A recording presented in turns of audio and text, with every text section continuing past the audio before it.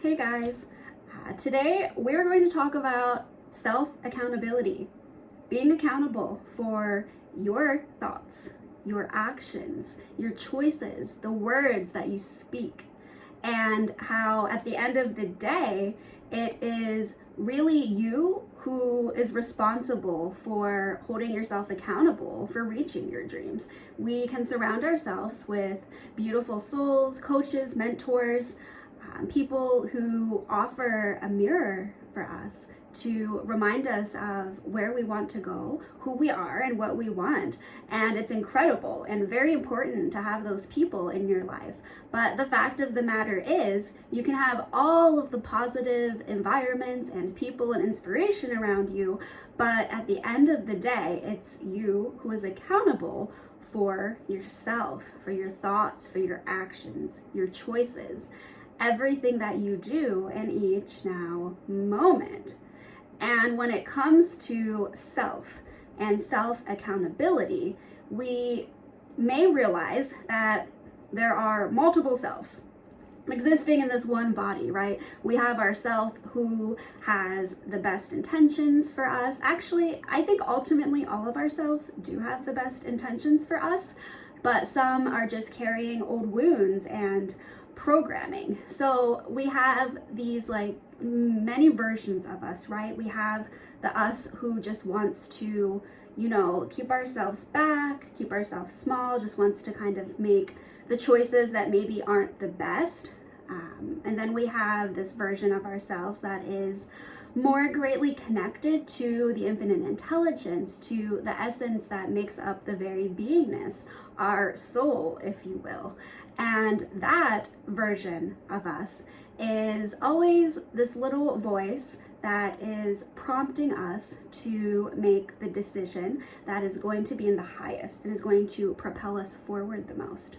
So it's very important to differentiate between those aspects of us, because though we are one being, we are one person, one body, within this body we hold so many aspects, so many dimensions and realities that are simultaneously occurring. We have, the past version of us, from our childhood, from our youth, from our teenage years. And if we want to go even deeper, we have the versions of us from past lifetimes, parallel lifetimes. But that is a whole different topic in and of itself.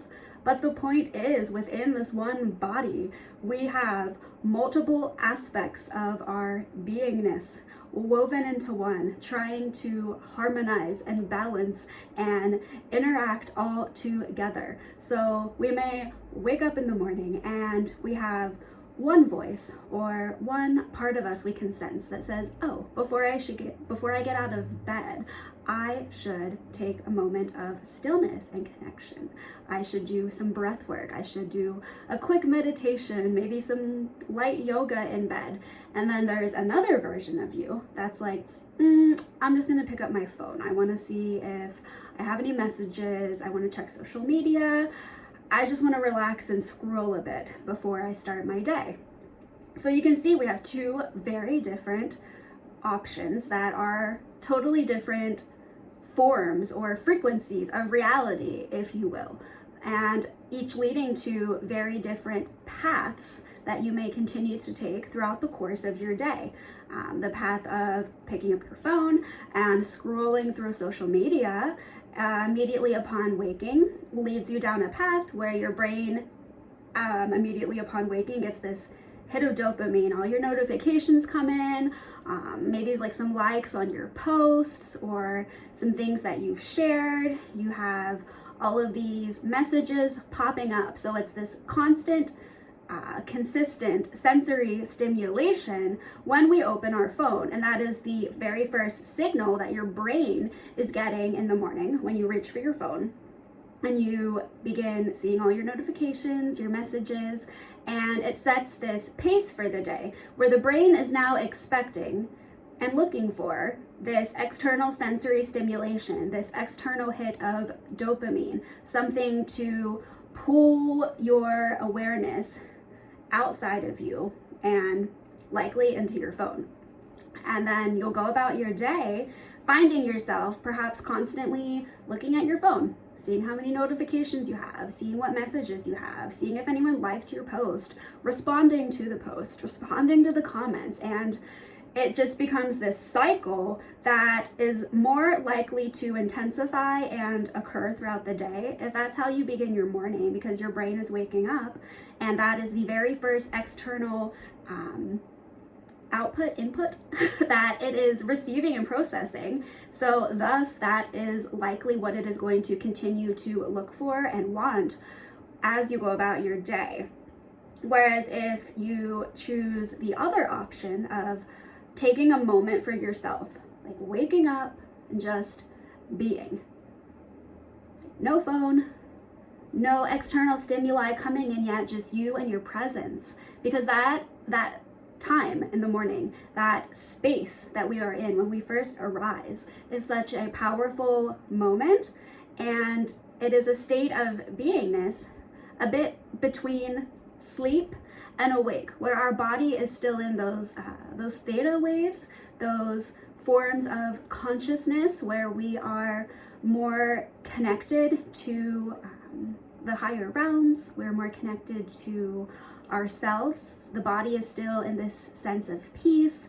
It's still hopefully in the parasympathetic state of the nervous system. It is still in a little bit more of a space of no mind. There are still less thoughts when you first arise in the morning, because your body is like, am I still in dream state? Have I awoken?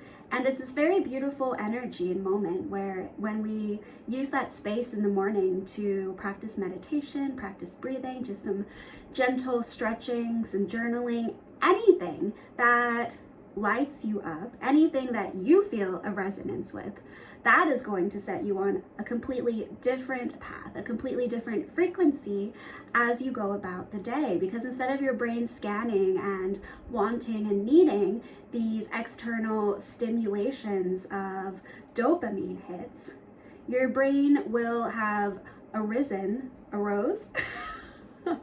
the morning with a foundation of connection and stability and peace and ease, and it is more likely to drop back into that state as you go about your day. It will be thinking in a sense, when I first arose in the morning, I did not have a constant input of stimulation coming in. I sat in presence. I just was in beingness with myself. That is all that existed as the very first thing that occurred in the morning. So as you go about your day, you may find it easier to drop into that state, because that is the tone that you have set. That is the what am I thinking of here? I'm losing my train of thought. I think that I'm speaking to myself as I'm sharing this message, because and I'm hopefully for you as well, because this is something I've been contemplating in the morning. Sometimes I want to reach for my phone. I go to bed really early, so I often miss many messages, and I have messages that I need to answer when I wake up in the morning. But I find whenever I instead just do a brief meditation, some breath work, I go about the rest of my morning just feeling so much more peace. Whereas if I pick up my phone first, I notice that I genuinely feel more scattered. I feel like I am unable to focus as easily. I feel as if my mind is being constantly pulled to external things, to my phone. It's searching for those dopamine hits, those notifications, those messages that I can reply to, anything to bring me out of my body and out of the present moment. So that's just the example that came through, is what you do upon waking in the morning. But that is, of course, only one tiny moment of the day to hold yourself accountable to. And it is the same process as you move through all of the choices about your day. whether you make that choice to honor this voice or this voice. And there's often more than two.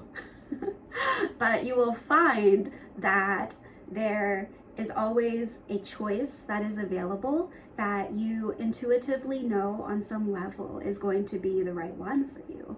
And it is truly only you that can hold yourself accountable for that, and that can decide to make that choice. No one can make our choices for us. No one can, I mean, hypothetically, someone could pull your phone away from you in the morning and be like, do your meditation. But still, that's not self-accountability, right? That would be someone else trying to get you to be accountable. And ultimately, we want to be accountable. We want to be able to trust ourselves to do what's best. We want to be able to know that we make the right choices that are the most supportive for us. So yeah, that's all I'm going to share on this video. I know I kind of jumped around a bit. I never know what I'm going to say when I begin these videos. I literally just sit down and I hit record and I start speaking. So it's always a surprise to me.